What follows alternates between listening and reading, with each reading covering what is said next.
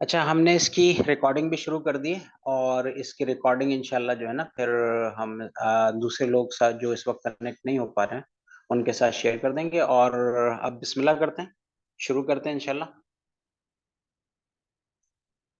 ताकि हम थोड़ा सा काम को आगे बढ़ा सकें। अच्छा, सबसे पहले तो ये है कि सब लोगों को अस्सलाम वालेकुम, नमस्ते और गुड आफ्टरनून।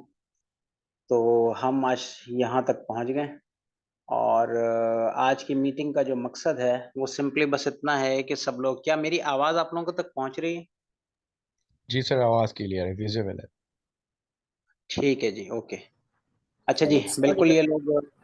अच्छा, मुझे ना थोड़ा जल्दी जल्दी ये भी है कि लोग आते जा रहे हैं तो मुझे एडमिट भी करता जा रहा हूँ मैं साथ साथ। तो बस ये एक इनफॉर्मल सी एक वो है, पहली पहली क्या कहते हैं अपना सेशन। इससे पहले भी हमने 3 सेशन कराए थे, काफ़ी कामयाब हुए थे लोगों के साथ। और मकसद इसका यही है कि ऐसा ना हो कि जो हम लर्निंग कर चुके थोड़ी बहुत, वो लर्निंग हमसे मिस हो जाए और उसके बजाय ये हो कि उल्टा हमारे हमने जो कुछ काम कर लिया है वो इसी तरीके से ज़ाया हो जाए। ऐसा अक्सर होता है ट्रेनिंग के अंदर। लेकिन हमारी लीडरशिप का भी और हमारा अपना भी जो है ना वो थोड़ा सा विजन मुख्तलिफ है। हम चाहते हैं कि भले बजट्स हों या ना हो, टीएडीए हो या ना हो, बहुत सारे लोग ऐसे विलिंग है जो अपना काम करना चाहते हैं और करते हैं। उन्हीं लोगों में आप भी शामिल हैं कि आप लोगों ने वक्त निकाला है और इसके अंदर शामिल हुए हैं। तो यकीनन जो चीज़ें होंगी हमारे पास वो आपके साथ शेयर होंगी, आप लोगों के साथ उसके साथ जुड़ेंगे, हम लोग काम करेंगे इसके अंदर।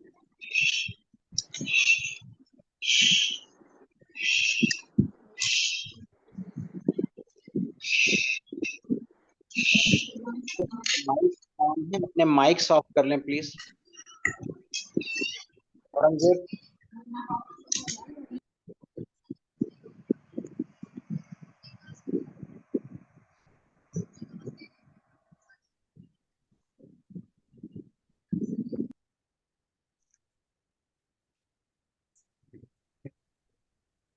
अच्छा जी, आगे लेके चलते हैं इसको। आज हमारा ये पहला पहला सेशन है और इस पहले सेशन का जो काम है आज जो है वो सिर्फ इंट्रोडक्शन, जो कि आप नजर आ रहा होगा आपके पास, इंट्रोडक्शन एंड प्लानिंग है कि हम इस काम को कैसे आगे लेकर चल सकते हैं। अच्छा, थोड़ा सा इसको हम ये देख लें कि हमारा अब तक का काम क्या था इसके अंदर, थोड़े से हम अपडेट भी कर दें आपको। सबसे पहले तो आप लोगों का थैंक यू, जिन लोगों ने हमें ऑनलाइन फीडबैक फॉर्म जमा कराया, जो कि आपके साथ ग्रुप के अंदर भी शेयर हुआ है। काफ़ी सारे लोगों ने रिफ्लेक्शंस भी जो थी वो शो की थी। और इसी तरीके से जो है आइटम सबमिट, तो ये चीज़ें हमारे पास शेयर।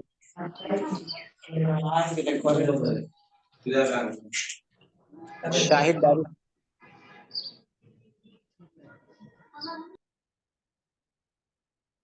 अच्छा जी, ठीक है।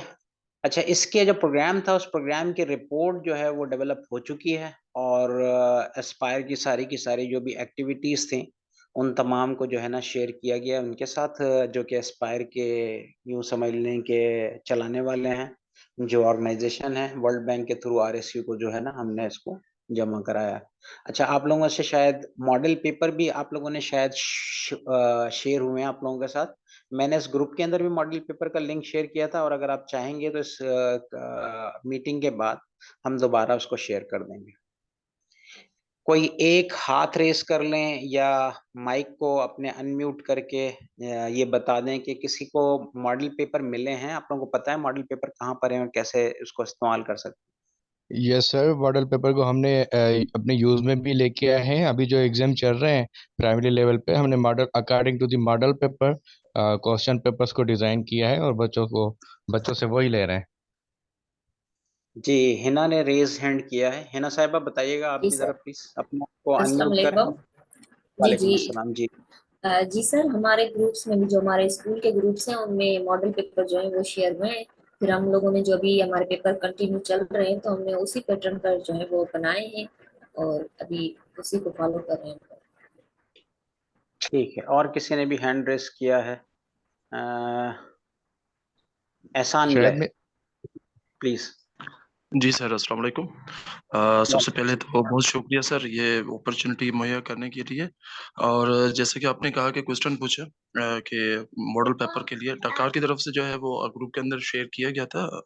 हमें मॉडल पेपर्स की लिंक शेयर की गई थी। फिर हमने वो उनको लुक आफ्टर किया, सही से देखा, चेक किया, फिर उसी हिसाब से हमने अपने स्कूल के पेपर भी जो है वो डिज़ाइन किए हैं। और अकॉर्डिंगली दैट हम पेपर अभी ले रहे हैं बच्चों से। और ये है कि उसमें बहुत सारी चीजें हैं जो कि हमने नोट की थी क्वेश्चन पेपर के अंदर। जैसे कि जो छोटे क्वेश्चन रखे गए थे एमसीक्यूज टाइप, उसके अंदर जो थी दो तीन कैटेगरीज थी एमसीक्यूज के अंदर। उसमें जो क्वेश्चन रखे गए थे, एमसीक्यूज की तो बात समझ में आ जाती है, मगर उसमें ट्रू फॉल्स और इस तरह के कुछ क्वेश्चन है, उसमें 1 मार्क रखे गए। तो ये मार्क्स स्कीम जो रखी गई है, इसमें थोड़ा सा था, हमने तो एज एज पर जो हमें दिया गया मॉडल पेपर उसी हिसाब से बच्चों से भी ले रहे हैं। मगर मैं सोच रहा था इस पे मार्किंग का थोड़ा सा इशू आ रहा है, क्योंकि एक 1 वर्ड आंसर था। जैसे थर्ड जो उसका एमसीक्यूज के अंदर पोर्शन रखा गया था, उसके अंदर वो भी उसके ऊपर भी जो है वो 1 मार्क दी गई है। तो मेरे ख्याल में वो मार्किंग का जो, यानी कि जो हम डिस्ट्रीब्यूशन की है ना, की गई है, उसमें थोड़ा सा मेरे ख्याल में रद्दोबदल होनी चाहिए, या क्वेश्चन को थोड़ा सा बढ़ा देना चाहिए, कुछ होना चाहिए था सही इसमें। सही। अच्छा, इसका मुख्तसर सा जवाब ये कि ये मॉडल पेपर था जिसका मकसद सिर्फ ये था कि आप इसको देखें और इसको इस्तेमाल करें। आप अपने हिसाब से इसकी जो मार्किंग है या कम ज़्यादा करने की, उसको जो है ना कि एमसीक्यू ज़्यादा करने चाहिए या सीआरक्यू ज़्यादा करने चाहिए, तो वो देख लीजिएगा। बस एक आप लोगों से गुजारिश है कि जब लॉन्ग आंसर्स को चेक करें तो प्लीज़ उसके लिए कोई क्या कहते हैं अपना वो बना लीजिएगा रुब्रिक। अच्छा, 2 हैंड और रेज़ हैं, सिंधु इम्तियाज़ और सईद जुनेजो। मैं ज़रा 2 मिनट आपके पास आता हूँ, पहले मैं वेलकम कर लूँ हमारे साथ डायरेक्टर पाइट। अ डॉक्टर मीर हसन डारी भी मौजूद थे या हैं, शायद मेरे ख़्याल में अभी वो डिस्कनेक्ट हो गए। और दूसरे मोहम्मद नवाज़ शेख साहब जो हमारे मुस्ताक आरपी साहब, थे। मैं सर, मौजूद हूँ Mushtaq. Thank you very much. Sir, sir. मेरे पास असल में यहाँ पे ज़रा स्क्रीन पे शो नहीं हो रहे थे तो इसकी वजह से मैंने सर वेलकम। एक हमारी छोटी सी कोशिश है इस काम को जारी रखने की जो हमने काम शुरू किया हुआ था। अच्छा सिंधु बेटा जी, आप बताइए, कुछ आप कहना चाह रहे थे? अस्सलामुअलैकुम सर। मैंने अकॉर्डिंग टू जो डकार का पेपर था उस हिसाब से पेपर बनाया था सोशल स्टडीज पर। उसमें ओवरऑल डिसिप्लिन भी मेंशन है।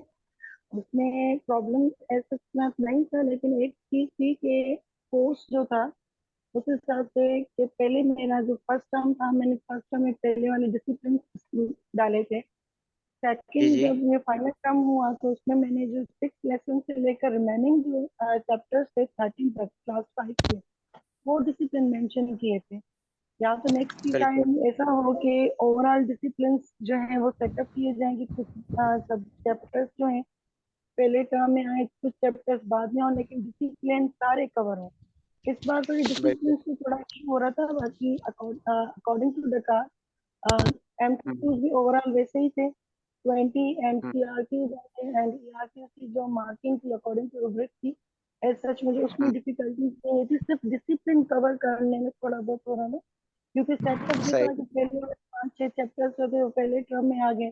तो उसमें आपके तकरीबन ज्योग्राफी एंड हिस्ट्री सिर्फ आई थी discipline. Remaining discipline final term में आ रहे थे, तो एक कंप्लीट पैकेज थोड़ा नहीं हो रहा था कि ओवरऑल सारे डिसिप्लिन एक ही सारे टर्म में फाइनल में आ गए।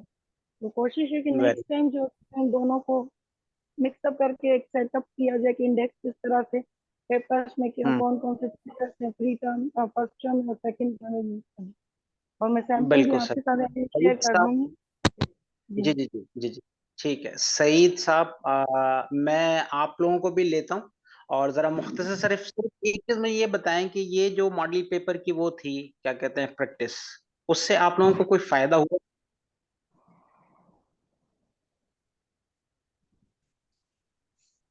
रेज हैंड जिनके भी हैं, सईद जुनेजो हैं, नाहिद हैं, प्लीज। जी सर, अस्सलाम वालेकुम। बहुत फायदा हुआ है सर। ये जो मॉडल पेपर्स थे, हमें तो फायदा हुआ ही, क्योंकि हम लोगों ने ट्रेनिंग भी ली है, हमने सीखा है। बाकी जो हमारे स्टाफ के टीचर्स हैं उनको भी बहुत फायदा हुआ है।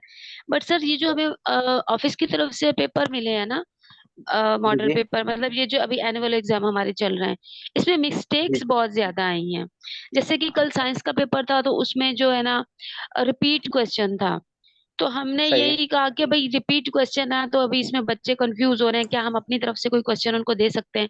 कह रहे हैं कि नहीं। हम्म तो सर, और हम्म दूसरा इंग्लिश के पेपर में भी काफी सारी मिस्टेक्स थी, वर्ड की मिस्टेक्स थी, जुमले में मिस्टेक्स थी। दूसरा, मार्किंग उन लोगों ने नहीं की, क्वेश्चन कम दिए हैं, और जो पेपर है वो फुल 100 मार्क्स का है। हालांकि जहाँ पे कम है तो वहां पे उनको 75 का देना चाहिए था, आई थिंक, क्योंकि 40 पे पासिंग मार्क्स हैं। तो सर, ये मार्किंग करने में थोड़ी सी डिफिकल्टी पेश आ रही है। चलें जी, गुलिस्तान उबर कह रही है कि मॉडल पेपर जो है वो थर पार्कर के अंदर प्रोवाइड नहीं की गई। चलिए इस पे बात करते हैं। अच्छा, थोड़ी सी देर के लिए प्लीज आप लोग रेज हैंड हैं, लेकिन हम थोड़ी देर इसको रोकते हैं क्योंकि आगे चलें। इससे अगली वाली स्लाइड बड़ी इंपॉर्टेंट है। जी सर। ये स्लाइड आपके पास अपीयर हो रही होगी। एक तो ये है कि जिन लोगों का माइक कनेक्ट नहीं होता, वो जरा प्लीज ये वाला ऑप्शन जरा गौर से देख लें, जिसके अंदर ये ग्रीन दायरा बना हुआ है। अगर आप इसको टैप नहीं करेंगे at the time of connecting, तो क्या होगा कि आपका माइक ऑडियो कनेक्ट नहीं होंगे। तो अगर ऐसा होता है आपके पास इश्यू, तो आप दोबारा डिस्कनेक्ट होके दोबारा से इसको कनेक्ट कर लें, और उसके बाद इसको टैप करेंगे तो आपके पास आपकी वॉइस, आपका माइक और आपकी ऑडियो वगैरह जो है वो कनेक्ट हो जाएगी। एक तो ये सबसे बड़ी बात है इसके अंदर ना। अच्छा, दूसरा एक जो चीज और है इसके अंदर, वो आपसे बात करनी थी कि ये मीटिंग और आईडी और पासवर्ड के थ्रू भी आप कनेक्ट हो सकते हैं, और आपको जो लिंक मिला हुआ है, जाहिर है आप सब लोग जो है इसके अंदर आप लोग कनेक्ट हो चुके हैं, तो इसका मतलब आपने ये काम कर लिया है। अच्छा, एक चीज को जरा समझने की जरूरत है कि ये जो है हमारी, क्योंकि हम फ्री वर्जन यूज कर रहे हैं जूम का, तो 40 मिनट और 45 मिनट्स के बाद जो है ये डिस्कनेक्ट हो जाता है। तो हमारे जैसे मिसाल के तौर पे तकरीबन इस वक्त 25 मिनट के करीब हमने यूटिलाइज कर लिए। अच्छा, इसको कंटिन्यू करने का क्या तरीका कार हो सकता है? कंटिन्यू करने का ये है कि आप दोबारा जो है उसी मीटिंग के ऊपर टैप करेंगे और उसी तरीके से दोबारा कनेक्ट हो जाएंगे, तो ये जूम मीटिंग वैसे तो एक दफा डिस्कनेक्ट होगी, लेकिन उसके बाद कनेक्ट होकर चलती रहेगी। ये बात क्लियर है मेरी? जी सर। ठीक है, तो अगर यस अगर सर। अभी 30 मिनट के अंदर अगर डिस्कनेक्ट हो जाते हैं, तो फिर हम जो है सिंपल जो है उसके अंदर दोबारा से कनेक्ट कर लेंगे अपने आप। अच्छा जी, इसके बाद जरा सा हम थोड़ा सा एक रिवीजन करते हैं जल्दी जल्दी, और उस रिवीजन के अंदर हम ये देखते हैं, सिर्फ ये याद करते हैं कि हमने क्या क्या करने की कोशिश की थी।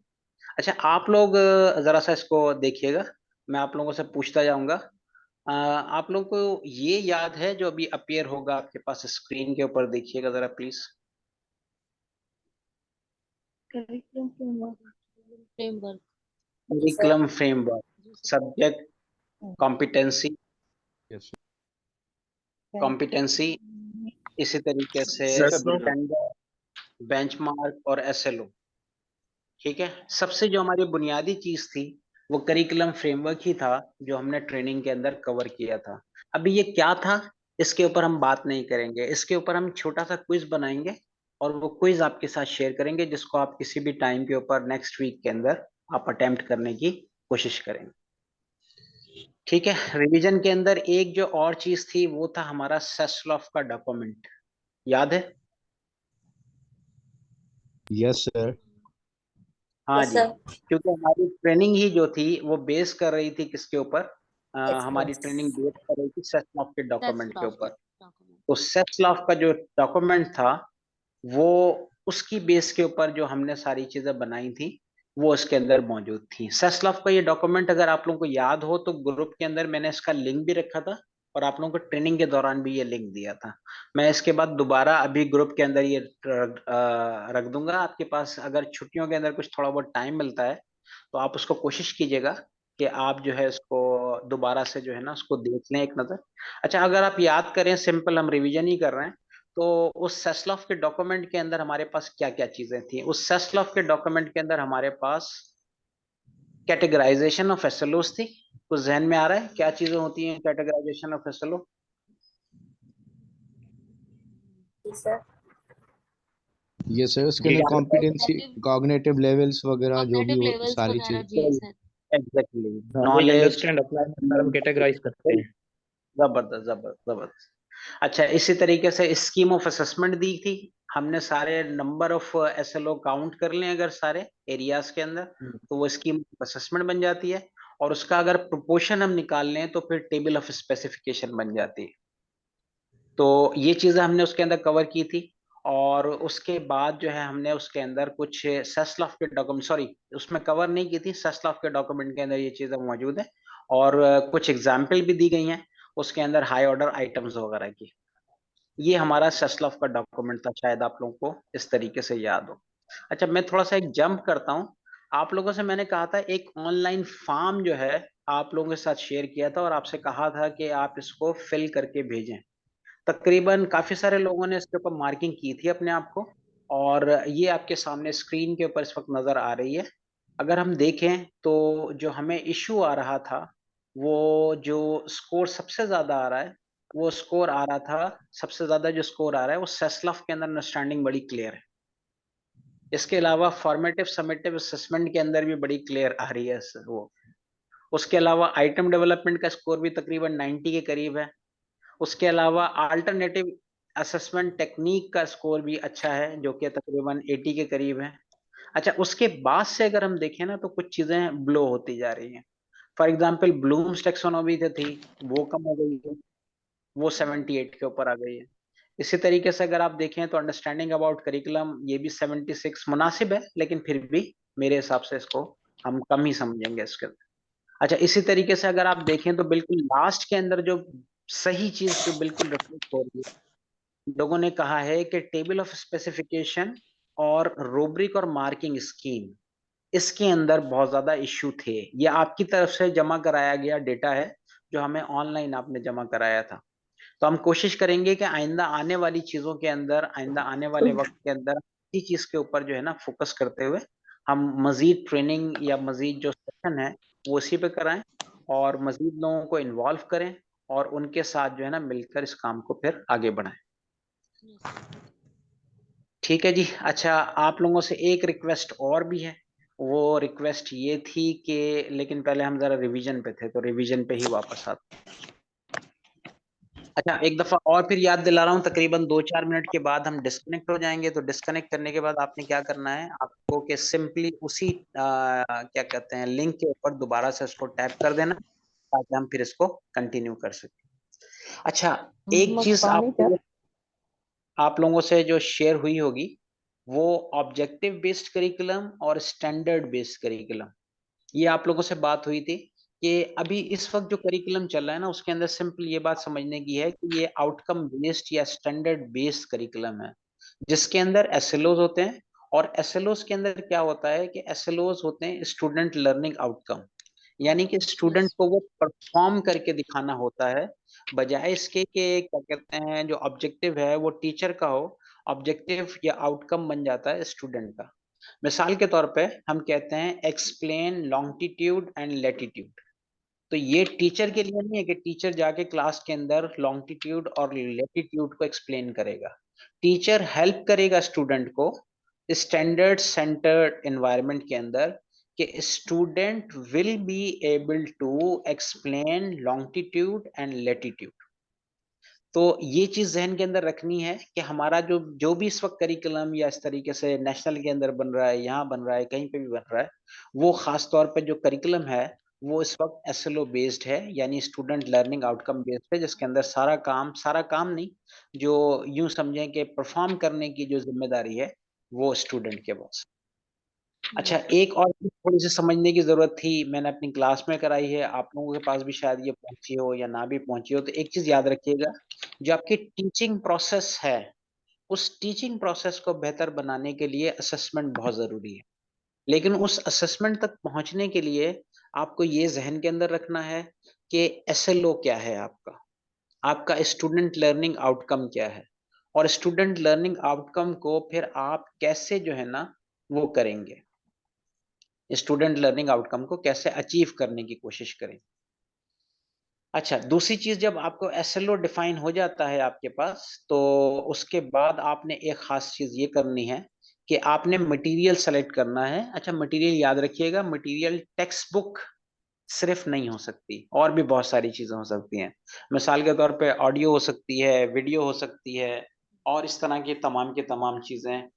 ठीक, तो ये तमाम की तमाम चीजें हमारे मटेरियल के अंदर होती हैं, जिसको आप सेलेक्ट करके क्लासरूम के अंदर इस्तेमाल कर सकते हैं, until unless that serves the SLO's achievement. उसके बाद जो चीजें आपने सेलेक्ट करनी है वो है आपका मेथड। मेथड आपका जो पैडागोजी होगी, उस पैडागोजी को आपने सेलेक्ट करना है। वो बहुत सारे हो सकते हैं, जरूरी नहीं कि आप बार बार लेक्चर को इस्तेमाल करें। आप एक्टिविटीज करवा सकते हैं, आप प्रोजेक्ट करवा सकते हैं, आप और कोई क्या कहते हैं, मिसाल के तौर पे असेसमेंट हो सकती है, कोई टेस्ट ले सकते हैं, कोई क्विज करवा सकते हैं। मिसाल के तौर पे हमारे वहाँ जो ना स्पीकिंग जो है वो एक ऐसी चीज है, या लिसनिंग एक ऐसी चीज है लैंग्वेज के अंदर जो कि असेस नहीं होती। तो स्पीकिंग के लिए आप उनको ये दे सकते हैं कि आप जो है 2 मिनट तक किसी मौजू के ऊपर बात करेंगे स्टूडेंट, या कोई आप सेमिनार करवा सकते हैं, इस तरह का ये करवा सकते हैं। इसके बाद आता है काम फॉर्मेटिव असेसमेंट का। जो फॉर्मेटिव असेसमेंट होगी वो बेस करते हुए यही होगी। और असेसमेंट को किसको देखना है? असेसमेंट को मटेरियल मेथड को नहीं देखना। असेसमेंट ने ये देखना है कि स्टूडेंट लर्निंग आउटकम क्या था, और क्या बच्चे उसको अचीव करने के अंदर कामयाब हुए या नहीं हुए। ठीक है जी, ये खास पर्पस था हमारी। जो इतनी ट्रेनिंग थी, सारी की सारी चीजें वो बेस कर रही थी इस SLO बेस के ऊपर, और किस तरीके से हम टेस्ट को जो है वो कामयाब बना सकते हैं, बेहतर कर सकते हैं। आप लोगों को ये वाली स्लाइड भी याद होगी, कुछ ध्यान में आ रही है? यस सर, बिल्कुल आ रही है। बिल्कुल आ रही है।